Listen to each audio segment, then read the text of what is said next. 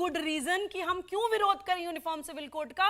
वो कह रही है कि सन्नाटा छाया हुआ है पढ़े लिखे ग्रुप में मुसलमान की, दे आर फ्रीज्ड, उन्हें समझ ही नहीं आ रहा है कि वो क्या बोलें। केवल और केवल उनको डराया जा रहा है कि यूसीसी, जैसे आपने बहुत अच्छा बोला कि जो बेचारे अनपढ़ मुसलमान हैं उनको कहा जा रहा है यूनिफॉर्म सिविल कोड मतलब यूनिफॉर्म पहना देंगे, आप टोपी नहीं पहन सकते, आप हिजाब नहीं लगा सकते। मैं भारत सरकार से आग्रह करती हूं, यूनिफॉर्म सिविल कोड की जगह नाम रख दीजिए इंडियन सिविल कोड। कई बार बड़ी बड़ी समस्याओं के छोटे छोटे समाधान होते हैं। ये भ्रांति बड़ी खबर आ रही है, डराया जा रहा है। एक बड़ी खबर है, इस मुद्दे से जुदा है लेकिन खबर बड़ी है, लेते हैं इस वक्त। महाराष्ट्र से खबर है, अजीत पवार कुछ विधायकों के साथ राजभवन पहुंचे हैं और अपने समर्थक विधायकों को साथ लेकर के गए हैं। तो ये अपने आप में बड़ी डेवलपमेंट है। इससे पहले आपको बता दें, खबर आई थी कि शरद पवार के भतीजे अजीत पवार अपने कुछ समर्थकों के साथ उन्होंने बैठक भी की थी और उसमें मांग उठी थी कि अजीत पवार को एनसीपी का महाराष्ट्र प्रदेश अध्यक्ष बनाया जाए। उसके बाद उनका यूं राजभवन जाना, यह अपने आप में एक बड़ी सियासी खबर है और यहां से क्या कुछ उठापटक महाराष्ट्र की राजनीति में हमें देखने को मिलेगी, इस पर हमारी नजर बनी हुई है। तो अजीत पवार एक बार फिर से क्या कोई खेल करना चाहते हैं महाराष्ट्र की राजनीति में? आपको याद होगा 2019 में यही अजीत पवार थे जिन्होंने देवेंद्र फडणवीस के साथ सरकार बनाने की शपथ ले ली थी और उप मुख्यमंत्री बन गए थे, लेकिन वो 80 घंटे सरकार चली थी और ये वापस एनसीपी के बीजेपी का साथ छोड़ करके चले गए थे।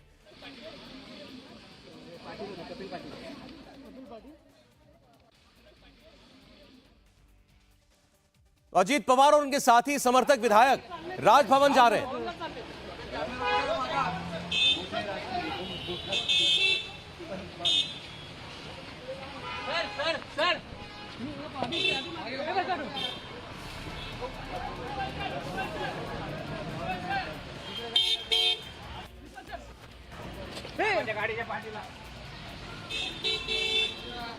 खत्म हो गई।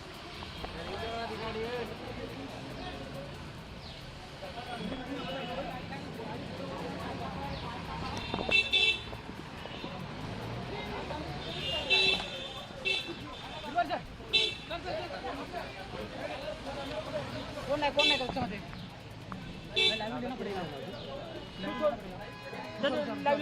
तो अजीत पवार ने पहले अपने विधायकों के साथ बैठक की, उसमें मांग उठी कि अजीत पवार को महाराष्ट्र प्रदेश अध्यक्ष बनाया जाए एनसीपी का, और अब वो अपने विधायकों को लेकर राजभवन गए हैं। क्या वाकई महाराष्ट्र की सियासत में कोई बड़ी तब्दीली होने जा रही है? समीर भीसे हमारे सहयोगी राजभवन से जुड़ रहे हैं हमारे साथ। समीर, क्या अपडेट है? और लेंगे शपथ, शपथ खबर लीजिए।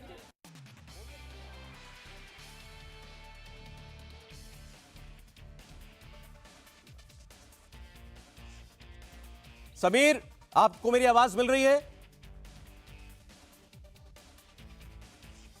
अजीत पवार के साथ प्रफुल्ल पटेल भी थे, ये एक और बड़ी खबर है। प्रफुल्ल पटेल भी अजीत पवार के साथ मौजूद थे। जी, क्या खबर है समीर? बिल्कुल, खबर यह है कि अजीत पवार मंत्री पद की शपथ लेने वाले हैं। उप मुख्यमंत्री पद पे कि वो शपथ ले सकते हैं, इसलिए बीजेपी के भी नेता, बीजेपी के मंत्री एक एक कर पहुंचे। थोड़ी देर पहले रविंद्र चौहान जो है वो अभी दाखिल हुए हैं राजभवन में। इसके पहले राष्ट्रवादी कांग्रेस के सारे जो एमएलए से वो पहुंचे हुए हैं, खासतौर पर अजीत दादा पवार अंदर पहुंच चुके हैं, प्रफुल्ल पटेल पहुंचे हुए हैं। तो फिलहाल जो हमें एक बार खबरें चल रही थी कि बीजेपी और साथ में राष्ट्रवादी कांग्रेस साथ आ सकती है क्या, वो एक संभावना जो है अभी हम यहाँ पे राजभवन में देख रही है। कई चीज़ों पे अभी भी स्पष्टता आनी बाकी है, लेकिन जो खबरें मिल रही हैं, जिस तरीके से सुबह से एक बैठक जो है अजीत पवार के बंगले पर देवगिरी निवास स्थान पर चल रही थी, उसके ठीक थोड़ी देर बाद ही जो बीजेपी की एक बैठक शुरू हुई कोर ग्रुप की, उसमें भी कोर ग्रुप के कुछ सेलेक्टिव लोग जो है, जिसके दृश्य हम दिखा सकते हैं, उनकी बैठक हुई। उस बैठक के बाद जो घटनाक्रम घूमा है उसमें ये हम देख रहे हैं कि अभी राजभवन पर राष्ट्रवादी कांग्रेस के नेता और साथ ही बीजेपी के नेता भी पहुंच रहे हैं। इसीलिए अजीत पवार सरकार में शामिल होने वाली स्थिति जो है राजभवन में हमें बनती दिखाई दे रही है। वो उप मुख्यमंत्री पद, मैं फिर अच्छा आप पर बड़ी खबर दे रहे हैं समीर, बताइए क्या क्लियर हो चुका है कि एनसीपी से अजीत पवार महाराष्ट्र सरकार में, एनडीए सरकार में शामिल होंगे? बिल्कुल, ये फिलहाल जो घटनाक्रम देख रहे हैं, जिस तरीके थोड़ी देर पहले शरद पवार के भी उस बयान को हमें देखने की जरूरत है, जब वो कह रहे थे कि अभी तक वहां की बैठक में क्या कुछ चल रहा है मुझे स्पष्टता नहीं हुई है। समीर, बड़ी खबर मैं बता दूं, अजीत पवार सरकार में शामिल होने जा रहे हैं। बड़ी खबर है, अजीत पवार नेता विपक्ष है महाराष्ट्र की विधानसभा में, और अब वो सरकार में मंत्री बनेंगे। और यह भी बताया जा रहा है कि उनके साथ एनसीपी के कुल 9 लोग मंत्री बनाए जा रहे हैं। तो एनसीपी में बड़ी टूट, अजीत पवार, उनके साथ प्रफुल्ल पटेल भी चूंकि इस राजभवन में जाते हुए दिखाई दिए हैं, तो इसका मतलब प्रफुल्ल पटेल भी उनके साथ हैं। इन्होंने एनसीपी में बड़ी टूट को अंजाम दिया है। अजीत पवार शामिल होने जा रहे हैं इस एनडीए की सरकार में, जिसमें मुख्यमंत्री हैं एकनाथ शिंदे, उप मुख्यमंत्री हैं देवेंद्र फडणवीस। उनके साथ 9 लोग और मंत्री बनेंगे। आपको बता दें, कुछ दिनों पहले ही अजीत पवार ने पार्टी का झगड़ा खत्म करने के लिए एक किस्म से अपनी विरासत अपनी बेटी को सौंपी थी, सुप्रिया सुले को। उनको कार्यकारी अध्यक्ष बनाया था और अजीत पवार नेता विपक्ष ही बने रहे थे। और अजीत पवार ने यह भी कहा था कि मुझे नेता विपक्ष नहीं रहना है, मुझे पार्टी में कोई रोल दीजिए, मैं पार्टी में काम करना चाहता हूं। ऐसा नहीं हुआ और अब बिल्कुल साफ है, पार्टी से टूटकर अजीत पवार अपने साथी विधायकों के साथ सरकार में शामिल होने जा रहे हैं। महाराष्ट्र की राजनीति में बहुत बड़ा डेवलपमेंट। एक बार फिर एनसीपी एनडीए सरकार में शामिल, बीजेपी के साथ सरकार में शामिल। अब इसमें यह देखना है कि एनसीपी के कितने लोग अजीत पवार के साथ हैं। शरद पवार की अगुवाई में उनकी पार्टी में बड़ी टूट हो रही है। शरद पवार के होते हुए इन्होंने पहले इस्तीफा देने की पेशकश की, वो नहीं माना गया। फिर उन्होंने पार्टी में सुप्रिया सुले को कार्यकारी अध्यक्ष बनाया और अब अजीत पवार एक बार फिर पार्टी से अलग जा रहे हैं और एनडीए सरकार में शामिल होने जा रहे हैं। समीर, बिल्कुल, अजीत पवार जो है सरकार में शामिल होने जा रहे हैं। साथ में कई मंत्री भी हैं जो पूर्व मंत्री रह चुके, वो भी शपथ लेंगे। इस तरह की खबरें जो है अब स्पष्ट हो रही हैं, क्योंकि बीते कुछ दिनों में अगर राष्ट्रवादी के भीतर अगर हम घटनाक्रम की बात करें तो जिस तरीके से सुप्रिया सुले और प्रफुल्ल पटेल को कार्यकारी अध्यक्ष पद की जिम्मेदारी सौंपी गई थी, उसके बाद से लगातार हम घटनाक्रम देख रहे हैं कि अजीत पवार की जो बेचैनी है वो लगातार बढ़ती जा रही थी। और साथ ही जो एक माहौल जो जयंत पाटिल उनके बीच में भी बन रहा था कि अध्यक्ष पद के लिए वो दावेदार है, लगातार उनकी हलकों से खबरें आ रही थी। और अब जबकि घटनाक्रम स्पष्ट है कि अब वो सरकार में शामिल होने जा रहे हैं। जो शिंदे फडणवीस की सरकार है उसमें एक और धड़ा आके जुड़ा है, वो धड़ा राष्ट्रवादी कांग्रेस का है। शरद पवार ने इन सारे मामले से खुद को अलग रखा हुआ है। इस वक्त वो पुणे में है। पुणे में थोड़ी देर पहले उन्होंने प्रेस कॉन्फ्रेंस की है और प्रेस कॉन्फ्रेंस में जो बातें उन्होंने कही हैं उसको अगर हम दोहराएं तो उसमें उन्होंने साफ कहा है कि जो कुछ वहाँ हो रहा है उससे वो अनभिज्ञ है, उन्हें पता नहीं है कि उधर किस तरह की हलचलें चल रही हैं। हालांकि सुप्रिया सुले की अगर हम बात करें तो सबसे पहले वो पहुंची देवगिरी बंगले पे, कुछ देर बाद फिर बाहर निकली है और उसके बाद जो है दोबारा वो लौटी हैं। उस वक्त उनके चेहरे की जो मायूसी है, एक तरह की जो बेचैनी साफ तौर पे दिखाई दे रही थी।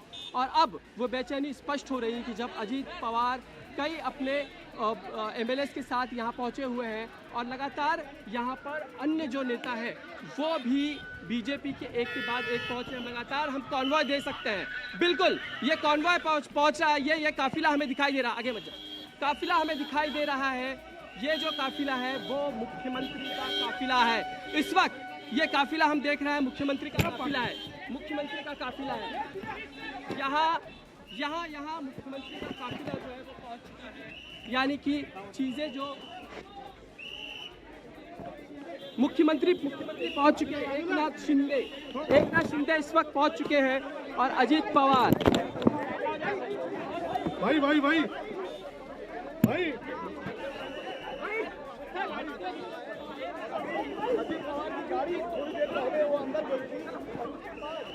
रविंद्र चौहान जो बीजेपी की कोटे से मंत्री है। तो देखिए, अब मुख्यमंत्री भी राजभवन पहुंच चुके हैं। एकनाथ शिंदे भी राजभवन पहुंचे।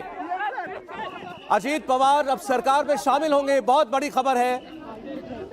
महाराष्ट्र में बीजेपी, शिवसेना और अब एनसीपी के विधायक भी शामिल। अजीत पवार फिर एनडीए के साथ आए। 17 विधायकों के साथ बैठक की थी अजीत पवार ने, मतलब ये 17 विधायक कम से कम एनसीपी के उनके साथ हैं। सूत्र बता रहे हैं कि अजीत पवार सरकार में शामिल होंगे, 9 लोग मंत्री बनेंगे एनसीपी के। एकनाथ शिंदे का वहां पहुंचना कंफर्म कर रहा है इस बात को कि एनसीपी के ये लोग अजीत पवार के साथ सरकार में शामिल होने जा रहे हैं। नहीं, अभी हम राजभवन में जा रहे हैं सीएम साहब के साथ। आने के बाद बताएंगे कौन कौन थे। सगळ्या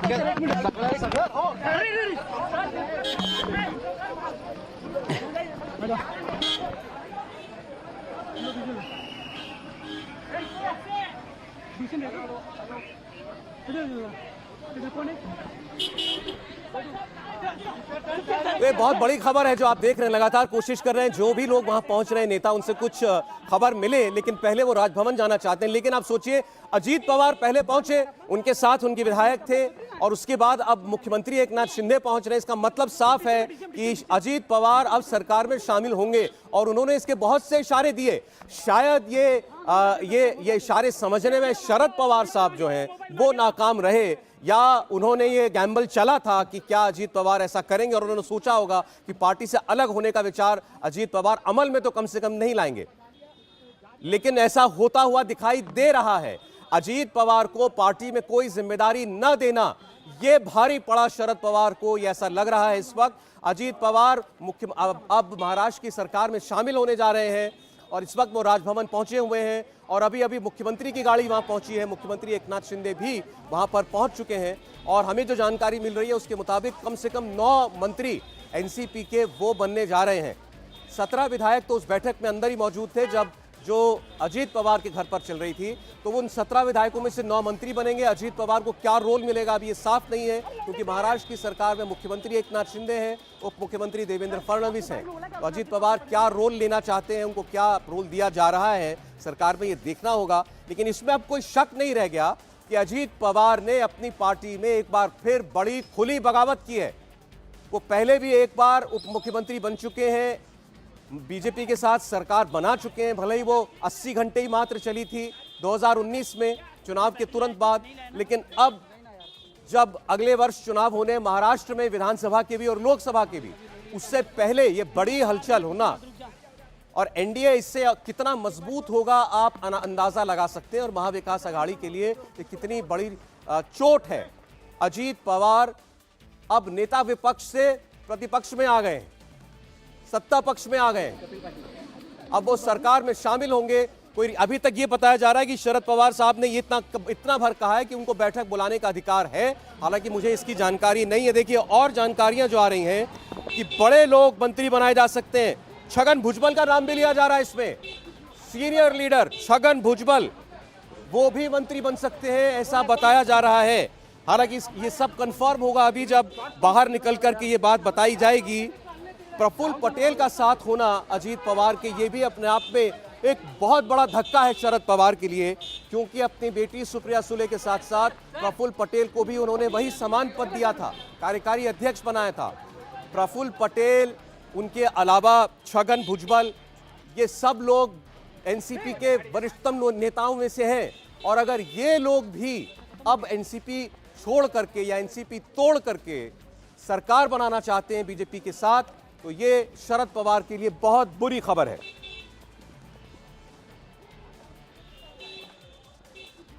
समीर बीसे के पास एक बार फिर चलते हैं, राजभवन से लाइव है वो।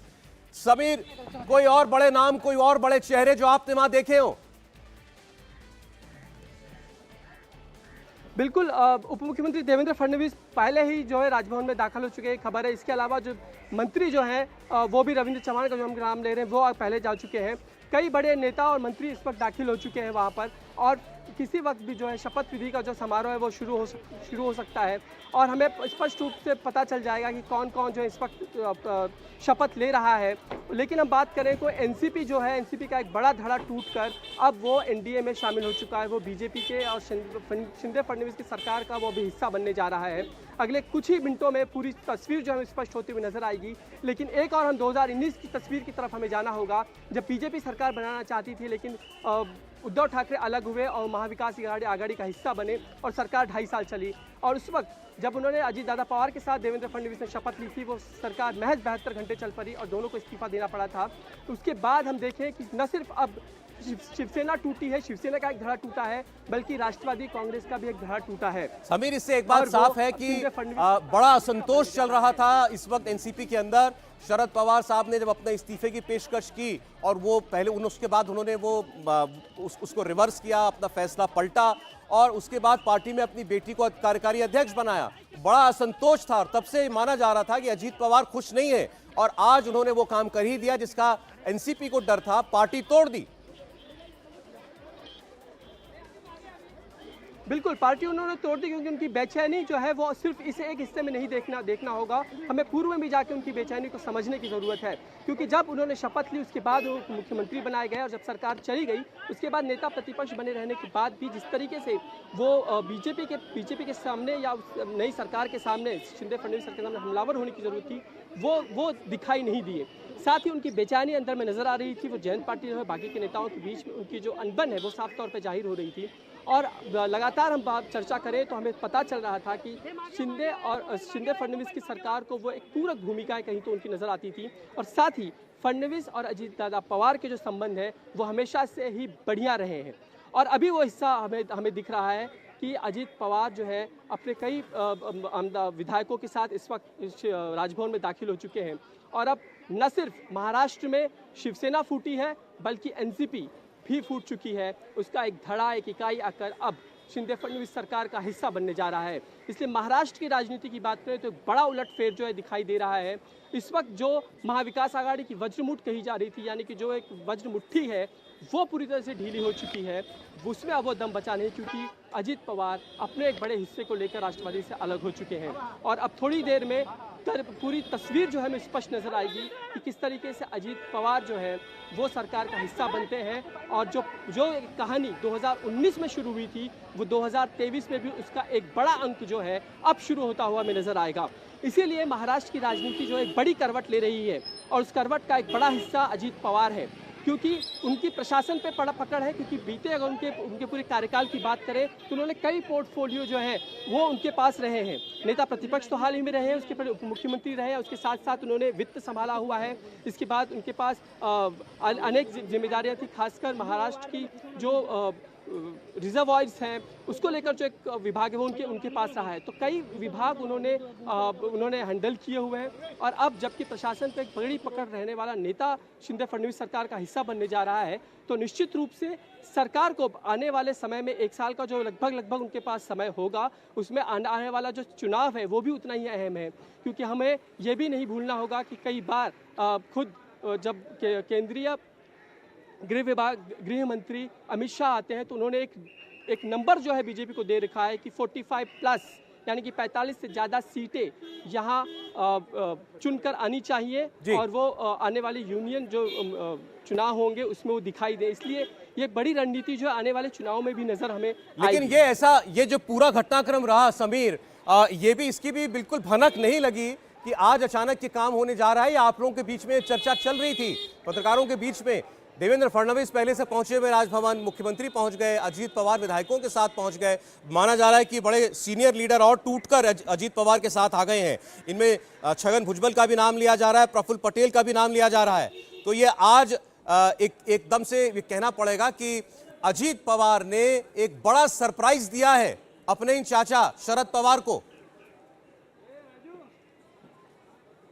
बिल्कुल, एक बड़ा सरप्राइज अजीत दादा ने अपने चाचा को दिया है। लेकिन इस वक्त जो पुणे में बैठ के अगर हम बात करें तो लगभग 30 मिनट पहले शरद पवार ने प्रेस कॉन्फ्रेंस लेके कई जो चीज़ें कहीं उसमें ऐसा उन्होंने दिखाया है कि जो कुछ हो रहा है उसके बारे में बहुत जानकारी वो रखते नहीं है। लेकिन अब जबकि इतना बड़ा निर्णय अजीत पवार ने अपने विधायकों के साथ, और सिर्फ कुछ विधायक ही नहीं बल्कि कद्दावर नेता उनके साथ शामिल है, छगन भुजबल, दिलीप वलसे पाटिल, ये सारे नेता हैं।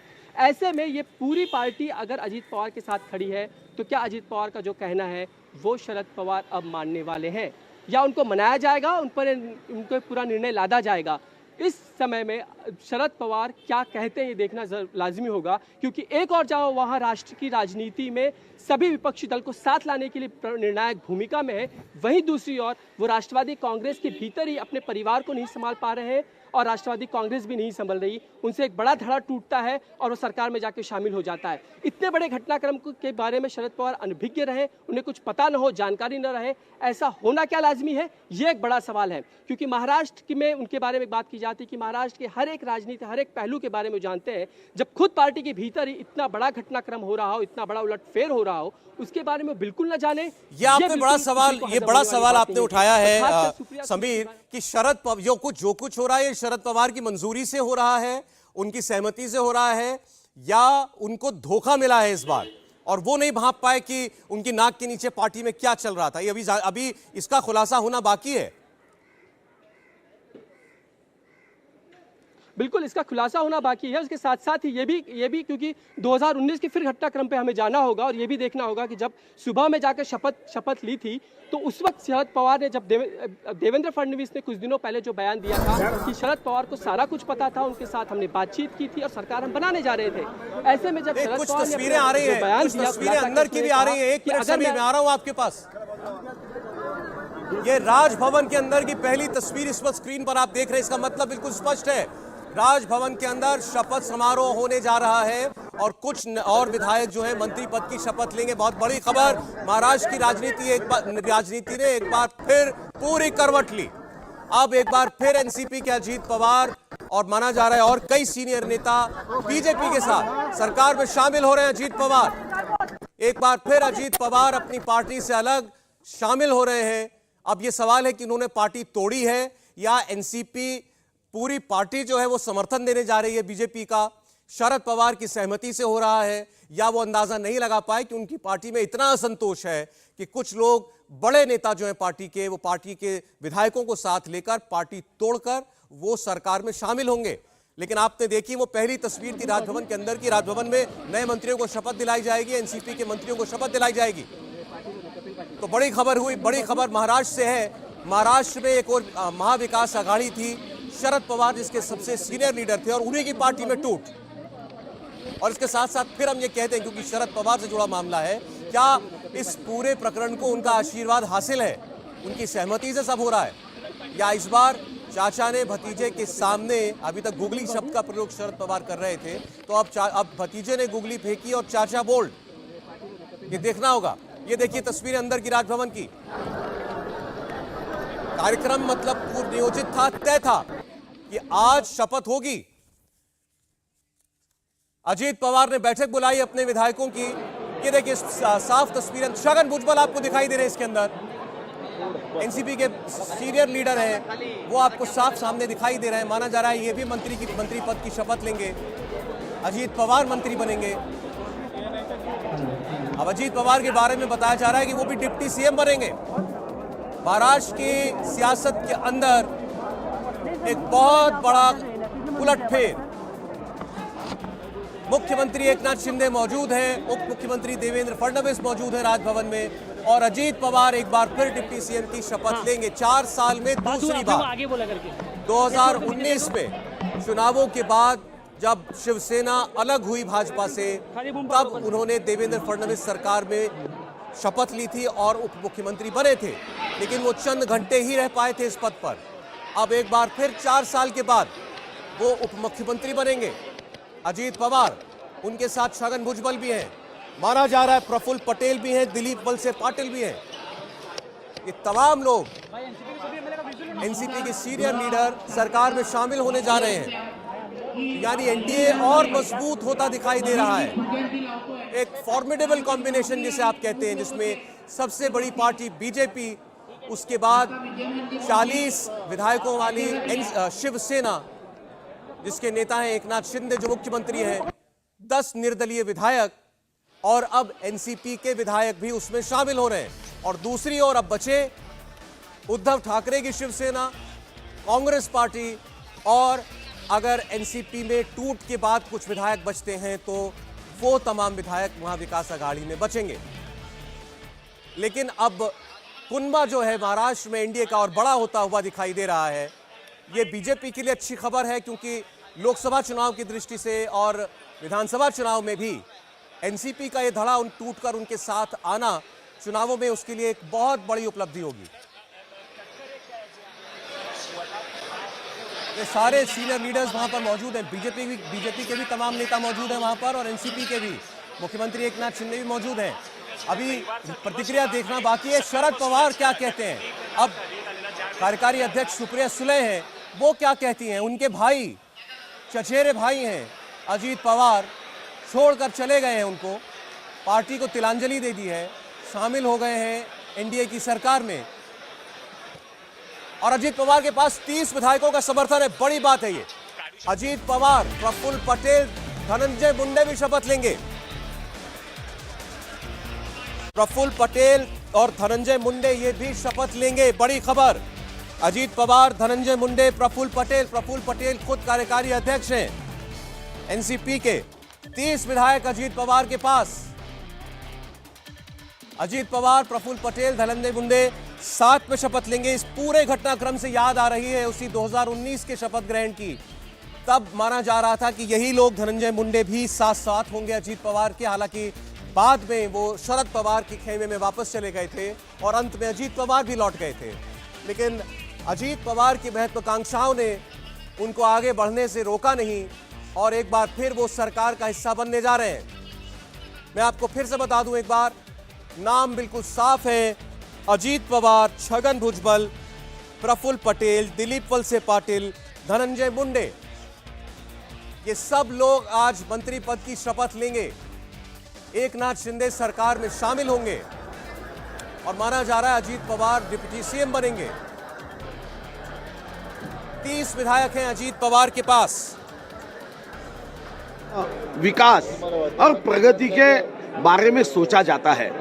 आज आप जानते हो कि विश्व में अजीत पवार शपथ ले रहे हैं। अभी तो राष्ट्रवादी पार्टी ने ही सहकार्य किया है, ये कोई ग्रुप नहीं है भाई साहब। राष्ट्रवादी पार्टी ने माननीय मोदी जी के नेतृत्व में विश्वास रखते हुए देश में राहुल गांधी जी ये कोई पर्याय नहीं हो सकते। लेकिन आपके साथ इस वक्त कितने विधायक हैं जो राष्ट्रवादी के शामिल हो रहे हैं? नहीं, सारे राष्ट्रवादी के विधायक नजदीक पास है। कुछ छूटे होंगे तो मुझे लगता है कुछ दिनों में वो भी आ जाएंगे। शरद पवार की मंजूरी है? शरद पवार आपके साथ है? वो तो शरद पवार जी से पूछना पड़ेगा, मगर पार्टी सब इधर आई है तो मुझे लगता है कि शरद पवार जी के बारे में आप जानते हो, वो होशियार नेता है, वो बाद में आते हैं, तो शायद हो सकता, मुझे पता नहीं। वो सारी राष्ट्रवादी उनके आने के बाद अब तो शरद पवार जी भी आएंगे, मुझे नहीं लगता है। कितने नेता जो है शपथ लेंगे? कितने मंत्री शपथ लेंगे? ये बीजेपी के नेता बोल रहे हैं कि देर सवेर शरद पवार भी आएंगे, वो बाद में आते हैं। उनसे सवाल ये था कि क्या शरद पवार की मंजूरी है इसमें। बीजेपी के लीडर ने बताया कि इसमें ये पूरी एनसीपी आ रही है हमारे साथ और शरद पवार भी देर सवेर आएंगे। जो बाकी बचे हैं विधायक एनसीपी के, उनको भी आना होगा इसी सरकार में शामिल होने के लिए। मैं आपको बता दूं, 54 विधायक हैं एनसीपी के, 54 विधायक। और अभी की खबर के मुताबिक अजीत पवार के साथ उन 54 में से 30 विधायक आ चुके हैं, 30 विधायक शामिल हो चुके हैं एनडीए में, टूट कर अलग आ चुके। इसका मतलब यह हुआ कि यह कोई स्प्लिट नहीं है, स्प्लिट नहीं है। मेजॉरिटी पार्टी 54 में से 30 वो खुद एनसीपी के साथ इधर आ चुके हैं अजीत पवार के साथ। लगभग वैसा ही मामला है जो शिवसेना के साथ हुआ। शिवसेना में 56 विधायक के हमारे देश की बदनामी करेगी। अगर आपके परिवार में कोई सदस्य उसमें कुछ उनीव है, कमी है, तो क्या आप स्पीकर लगा के गांव में घूमेंगे क्या? तो ऐसे नेताओं के हाथ में देश सौंपने का क्या? बिल्कुल। लेकिन सर, जब 3 पार्टी की सरकार थी तब आप लोग कहते थे कि 3 पहिए की साइकिल है, 3 पहिए की रिक्शा है, कैसे चलेगी? अब तो आप फिर 3 है। यहाँ पे विचारधारा एक है ना भाई। राष्ट्रवादी की विचारधारा आपके साथ हो चुकी है। उन्होंने भारतीय जनता पार्टी के माननीय मोदी जी पे विश्वास व्यक्त करते हुए हमने विश्व का सर्वोत्तम देश बनाने का संकल्प जो मोदी जी ने किया है, आत्मनिर्भर भारत का संकल्प मोदी जी ने किया है, उस संकल्प को साथ देने के लिए अजीत दादा और उनके सारे जो उनके साथ हमारे एनसीपी के सारे विधायक, उनके सारे नेता यहाँ पर आए हुए हैं। आज शपथ ग्रहण भी करेंगे। ये हमारे लिए बहुत आनंद का दिन है, अभिमान का दिन है कि मोदी जी के नेतृत्व में देश और महाराष्ट्र आगे बढ़ेगा और यही जरूरत है देश के लिए, यही महाराष्ट्र की जरूरत है। एनसीपी से कितने लोग शामिल हुए आज? देखिए वो तो शपथ विधि के बाद मालूम गिरेगा, मैं शपथ विधि के बाद मालूम हो जाएगा। अजीत पवार को क्या पद दिया जा रहा है? मुझे जब आपको शपथ विधि होने के बाद सारा चित्र स्पष्ट हो जाएगा। अगर तीनों पार्टी समीकरण मिल रही तो आप आपको किसी उन्होंने एनसीपी कांग्रेस के साथ शामिल होने का गठबंधन तोड़ दिया, लेकिन दोबारा एनसीपी के साथ जुड़ गए सर, तो क्या आप लोग की बातचीत हो चुकी है? देखिए आज मोदी जी के नेतृत्व में भारत को मजबूत करने के लिए, महाराष्ट्र को मजबूती देने के लिए ये समीकरण बैठा है और ये अच्छा समीकरण है। ये समीकरण महाराष्ट्र को आगे लेके जाएगा। कितने लोग सब नए शामिल हुए? ये तो आपको शपथ विधि के बाद मालूम हो जाएगा। शपथ विधि चालू हो जाएगा।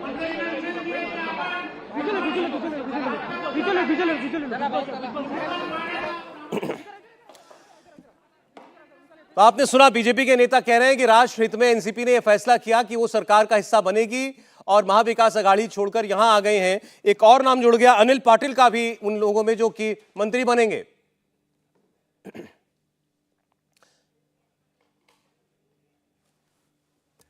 राजभवन से तस्वीरें आप देख रहे हैं लाइव। शपथ ग्रहण होने वाला थोड़ी देर में।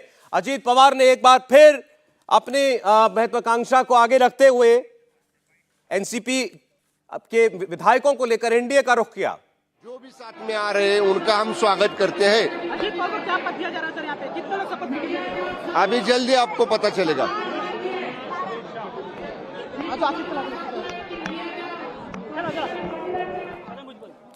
अजीत पवार, डिप्टी सीएम छगन भुजबल, दिलीप वलसे पाटिल, प्रफुल्ल पटेल, धनंजय मुंडे, अनिल पाटिल, ये सारे लीडर हैं एनसीपी के जो आज मंत्री बनने जा रहे हैं। एक ही सवाल का जवाब बस जानना बाकी है, क्या यह शरद पवार की मंजूरी से हो रहा है या शरद पवार साहब के लिए आज शौक का दिन है, झटके का दिन है? भतीजे ने पार्टी तोड़ी है या चाचा भतीजा साथ हैं? इस बात का जवाब अभी नहीं मिला है।